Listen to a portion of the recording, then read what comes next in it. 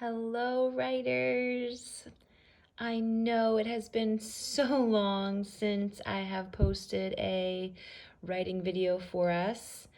I am so sorry. I've actually been working on my story, and sometimes I get so involved in working on my story and also helping Keenan work on his fairy tale that I have not posted our writing videos. So I am here today to talk about how you might want to end your fairy tales, and also going along with that is how we want to go back through our fairy tales and our stories, and we want to either fix anything up, we call that editing, or we want to revise, which means something we notice we might want to add, or we might want to take out, or some place in our story that we want to make longer and stronger.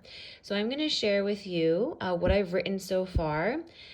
As we get towards the end of the book, I did take a little break from a couple of the pages because I wanted to write my ending so that I could show you what my ending looks like, and we can talk about the different kinds of endings that you can have in a fairy tale. So you have heard a little bit of my story from our past videos, but I am going to reread it to you, and I'm going to show you some of the new pages I've added as well. So remember, my story is called The Three Little Fish and the Great White Shark, and this is what I've written. Once upon a time, there was three very curious little fish. They lived in the deepest part of the Atlantic Ocean. One day, they decided it was time to go off and explore past the little place they had always called home. They packed their shell sacks and seaweed packs. Each one kissed Mama Fish goodbye, telling her they loved her. Mama Fish warned the three little fish, "Be careful out there. The ocean's full of many creatures much bigger than you." The three little fish promised their mama they would be careful and not to talk to anyone with sharp teeth. They flipped their fins goodbye and swam away. The three fish looked at each other and smiled. They were finally off on their own, something they had waited a long time for. The first little fish said, "Can you believe it? Look at us, headed out to the big sea," as he did backflips. "I know," said the second fish. "I'm so excited to explore the Atlantic and make new friends," as she twirled and twisted. The third fish just swam quietly, thinking hard about the strongest, safest home he could build or find. After what felt like hours for their little fins, the three fish decided it was time to start building their homes. They needed shelter before the ocean floor grew dark. The first little fish wasn't interested in spending too much with his home. He found a patch of seaweed and felt it would do. The second fish took a bit more time and gathered shells of kinds. She built a shell palace for herself.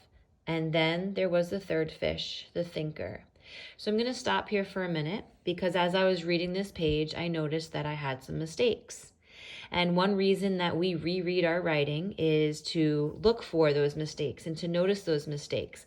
So I have to do some editing here. It was up here. The first little fish wasn't interested in spending too much with his home. So I missed the word time. Wasn't interested in spending too much time with his home. So I'm going to put a little arrow there. I'm going to add the word time.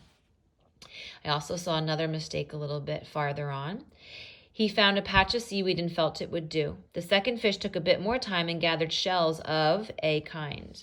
So actually, it needs to be of all kinds, right? So even myself, I make mistakes as I'm writing because our brain works faster than our hands sometimes. And we have an idea and we know what we want to say and we're trying to get it written down and our brain is just moving quicker. So this is why we go back. We go back to fix. We go back to see if there's something we missed, something we want to add. He searched high and low, this way and that way. At last he found what he thought would be the perfect home, an empty cave with a sea anemone entrance. It was truly perfect.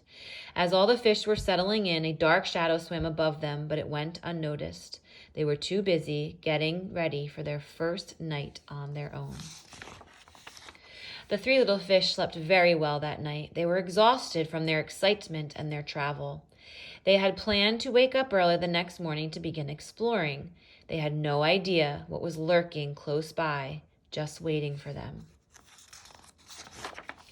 As the first little fish was leaving his seaweed house, he was confronted with a large mouthful of sharp teeth, a pointed nose, and big round eyes. His mama had told them about this creature. It was a great white shark. The little fish dashed back inside, shaking with fear. So I think that I want to add a little bit more here. Just a quick little revision. The little fish dashed back inside his seaweed house, because I want to be specific here. So I want to add that. Right? Makes my sentence better, right? It wasn't that my sentence was wrong. It's just something that I wanted to add to make that sentence a little bit stronger. The great white shark said in a deep voice, little fish, let me in." The first little fish replied, "Not by the scales on my finny fin fin." "Then I'll flip and I'll flop until your house caves in," said the shark. So he flipped and flopped his tail, and with just one swoop, the seaweed house washed away. When the three... So as I forget what I did here. So what I did is I actually stopped here. And the next few pages I still have to write, but they're going to be the same thing. It's going to repeat. So the first fish is going to go to the second fish's home that is made out of shells, and the great white shark is going to come along and say the same thing, and the fish are going to reply the same way, and then he's going to flip and flop, and he's going to knock the shell house down. Then those two fish are going to go to the third fish's cave. They're going to go inside the cave, and the same thing is going to happen, except this time the shark is going to flip and flop and flip and flop, but he can't crash the cave in. And that's where this next page leads off. So I still have to write those pages, but I wanted to make sure that I got to my ending for you.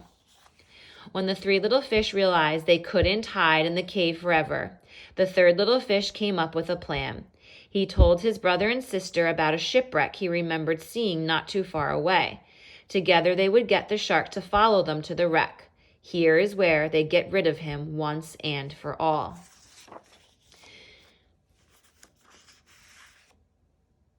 On the count of three, the three little fish zipped out of the cave together.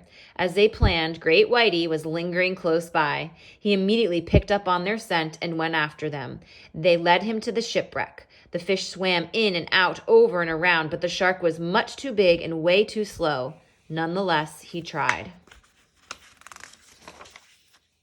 He was so determined to get those fish, he didn't realize they led him right into a fishing net left on the shipwreck.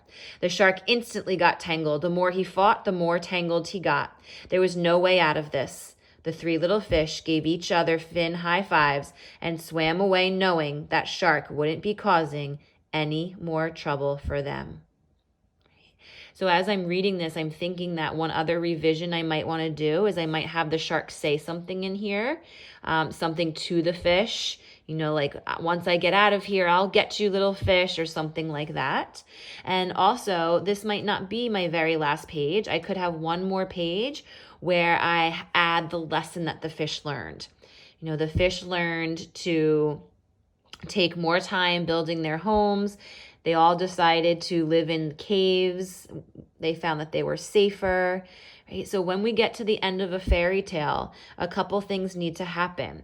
Our characters need to solve their problem in one way or another, right? Or if you have a type of fairy tale where there's a twist and the bad guy is the one who actually wins, you have that happening. So there's either a victory of some kind, a win, there is a problem that is solved, or you can also add a lesson that is learned.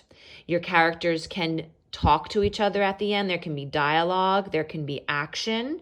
Just like when we learned how to end our fiction stories, we can do that the same with our fairy tales. So many of you may have already ended your fairy tales. So what I would like for you to do, if you have already finished is go back and look at it and see if there's anything else you can add. Can you add the lesson? Could you add your character saying something at the end?